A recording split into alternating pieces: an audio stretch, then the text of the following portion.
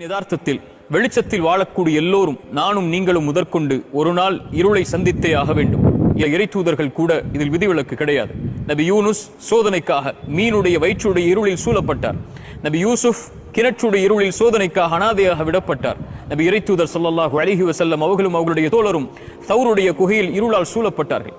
இறை தூதர்களே இறைவன் வெளிச்சத்தில் இருந்து இருளை நோக்கி தள்ளினான் சோதனைக்காக என்றால் நானும் நீங்களும் எம்மாத்திரம்.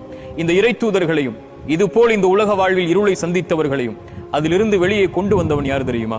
குர்ஆன் சொல்லுகிறது, அல்லாஹு வலியுல்லதீன ஆமனு, ஈமான் கொண்டவர்களுக்கு, இறைவனை சார்ந்தவர்களுக்கு இறைவன் தான் நெருக்கமான தோழன். அவன் என்ன செய்வான் அந்த தோழமையில்? யுஹ்ரிஜுஹும் மினல்-ظுலுமாத்தி இலன்-நூர், இருள்களில் இருந்து வெளிச்சத்தை நோக்கி அவர்களை அழைத்து வருவான். இறைவனை சார்ந்திருந்தால், இருள் நம்முடைய வாழ்வில் இருந்தால் வெளிச்சத்தை நோக்கி ஒரு நாள் நாம் சென்றே தீருவோம். இந்த வாழ்க்கையின்